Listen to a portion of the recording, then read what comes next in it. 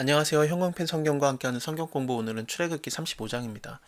저번 시간에 34장 후반부를 끝까지 다 못 봤는데요. 이거 먼저 보고 35장 연이어서 같이 보도록 하겠습니다. 하나님께서 이스라엘과 다시 언약을 맺어주셨어요. 언약이 먼저 파기됐었죠. 왜냐하면 금송아지를 만들어서 섬겼기 때문에 계약이 파기가 된 겁니다. 하나님께서 20장에서 십계명을 말씀하시면서 이렇게 말씀하셨어요. 내가 너네를 애굽 땅에서 인도해낸, 그러니까 너희를 구원해낸 여호와니까 나 외에는 다른 신을 섬기지 말아라. 우상을 만들지 말아라. 그렇게 하나님의 율법이 시작이 되잖아요. 그리고 24장에서는 그들에게 피를 뿌리면서 이게 바로 하나님께서 너희와 세우는 언약의 피다. 그렇게 모세가 뿌리게 됩니다. 이스라엘 민족들은 우리가 하나님이 말하신 대로 우리가 다 행하겠습니다. 그렇게 고백을 하거든요.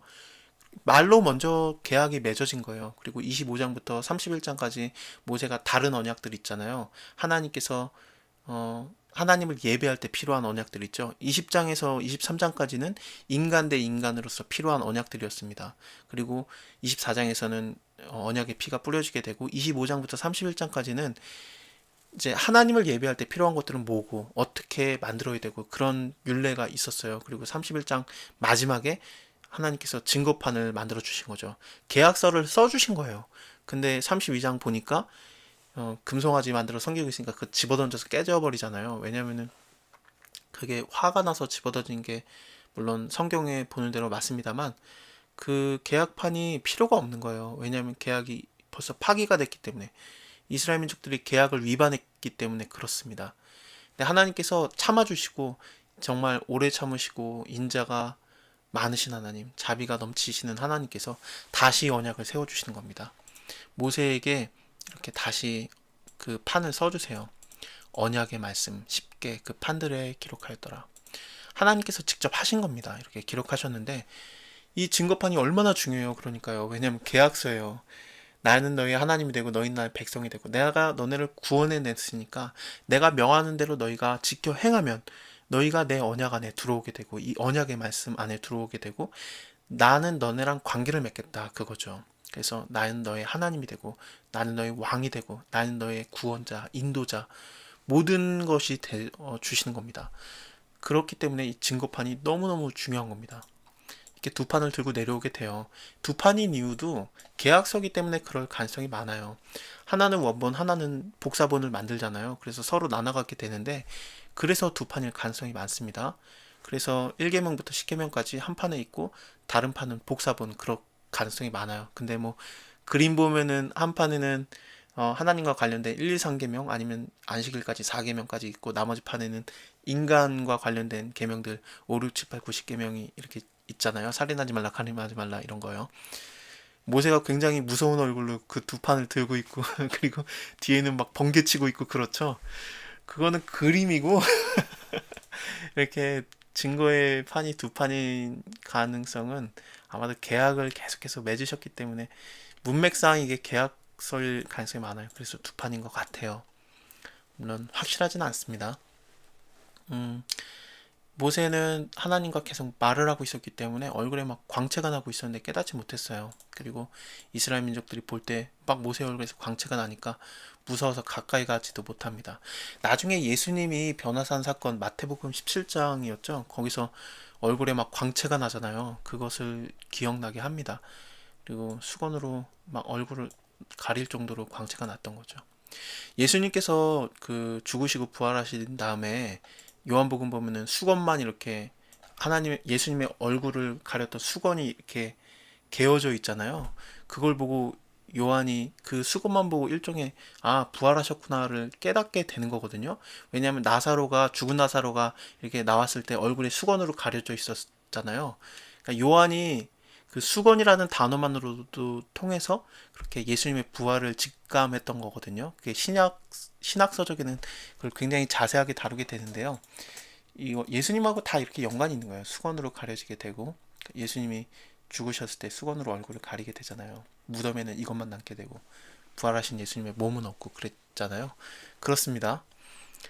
정말 신약 너무너무 빨리 그거 먼저 하고 싶은데 구약부터 해야 되겠죠. 자, 35장 모세가 이스라엘 온 회중에게 이렇게 말하게 돼요. 여호와께서 너에게 명하사 행하게 하신 말씀이 이거다.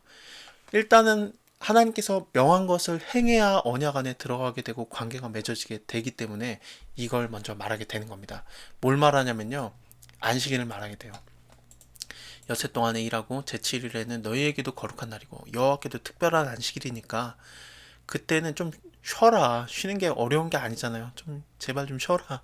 하나님이 명한 대로 그렇게 해라. 안 하면은 죽을 것이다. 그리고 너희는 불도 피우지 말아라. 부탁을 하게 되는 겁니다. 이거 저는 보면서 선악과 생각나요. 너네가 다 먹을 수 있다. 동산에 있는 거 다 먹을 수 있는데 선악과나 하나만 먹지 말아라. 너네가 먹는 날에는 정령 줄이라 그러잖아요. 마찬가지인 것 같아요. 내가 너네를 아예 못 움직이게 하는 것도 아니고 6일 동안에는 니네가 일해라. 다 일할 수 있다. 하지만 하루 7일 날에는 너네에게도 거룩하고 나에게도 특별한 날이니까 쉬어라. 안 지키면 죽으리라. 완전히 선악과랑 비슷하잖아요. 패턴이요. 그쵸? 이렇게 하나님께서 명령을 주시는 겁니다. 예수님도 마찬가지였어요. 뭐 요한복음 14장 보면은 오직 내가 아버지를 사랑하는 것과 아버지의 명하는 대로 행하는 것을 세상으로 알게 하려 함이로다. 이렇게 예수님이 14장 31절에서 말씀하시거든요. 예수님도 하나님이 원하는 대로 그렇게 행한 겁니다. 이게 벗어날 수 없어요. 근데 막 우리가 생각하는 유교처럼 내가 시키는 대로만 해 그런 게 아니라 이것을 함으로써 언약 안에 들어가게 되고 하나님과 굉장히 친해지는 거예요. 마치 모세가 하나님과 친구처럼 이야기하듯이 예수님이 아버지와의 그 깊은 사랑의 관계 안에 있듯이 그렇게 우리도 될 수 있는 겁니다. 하나님의 계명을 지키는 것은 그렇게 중요한 겁니다. 모세가 또 말하게 되는 겁니다. 여호와의 명하신 것은 이것이다. 그리고 이제 25장부터 31장까지 하나님이 말씀하신 거 그거 다 만들어가는 겁니다. 하나님이 명하신 대로 만드는 거예요. 하나님이 명하셨던 거 안 만들고 하지 말라고 했던 거 우상 만들어서 섬기고 있던 이스라엘 자손들이 이제는 하나님이 명하신 것을 만들어가고 있는 겁니다. 명하신 대로 시키시는 대로 그것을 딱딱딱딱 만들어가는 게 여기서부터 40장까지 이어지는 거예요. 보도록 할게요. 너희 소유 중에 너희는 여호와께 드릴 것을 취하되 무릇 마음에 원하는 자가 해라. 마음에 원하는 것을 갖고서 원하는 마음으로 해라 그거죠.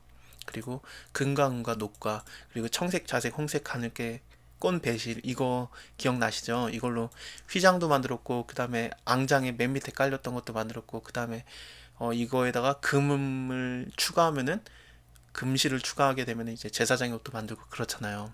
그리고 또 성막에 들어가는 뜰의 문도 이걸로 만들었습니다. 그리고 염소털은 두 번째 앙장이었고요. 물개물 들인 순양의 가죽은 세 번째 앙장, 해달의 가죽은 맨 위에 덮게 되는 네 번째 앙장이었습니다. 조각목은 언약계, 뭐 떡상 그리고 분향단 그런 것들을 만들었고요. 여기다가 정금으로 싸게 되었잖아요. 또 등유라든지 향품이라든지 호마노는 에봇의 어깨에다가 두 개가 들어가게 되었죠. 그리고 흉패가 12개의 보석이 들어가게 되는데 11번째 보석 요셉에 관련된 보석도 호마노였습니다.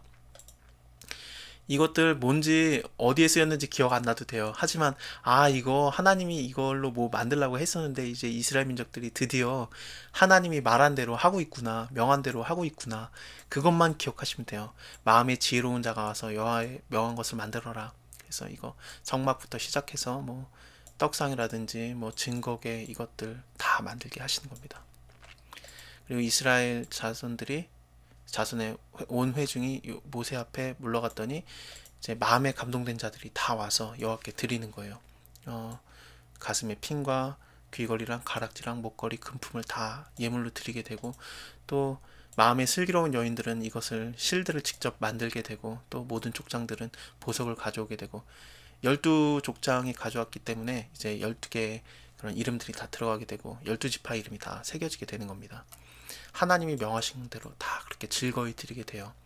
그리고 하나님의 지혜의 신이 충만한 자 2명 호명됐었잖아요. 여기 부사렐하고 그 다음에 오홀리압이었죠. 이들이 이제 공교하게 다 만들어가는 겁니다. 그리고 또 가르쳐 주기도 해요. 이 2명이 주동해서 만들게 되고 그 다음에 마음에 원하는 자들이 이들에게 일단은 배워서 같이 성막이라든지 그런 것들을 만들어가게 되는 겁니다. 자, 다음 시간에 무엇이 정확하게 만들어지는지 이렇게 나오게 되는데 같이 보도록 하겠습니다. 다음에 뵐게요. 감사합니다.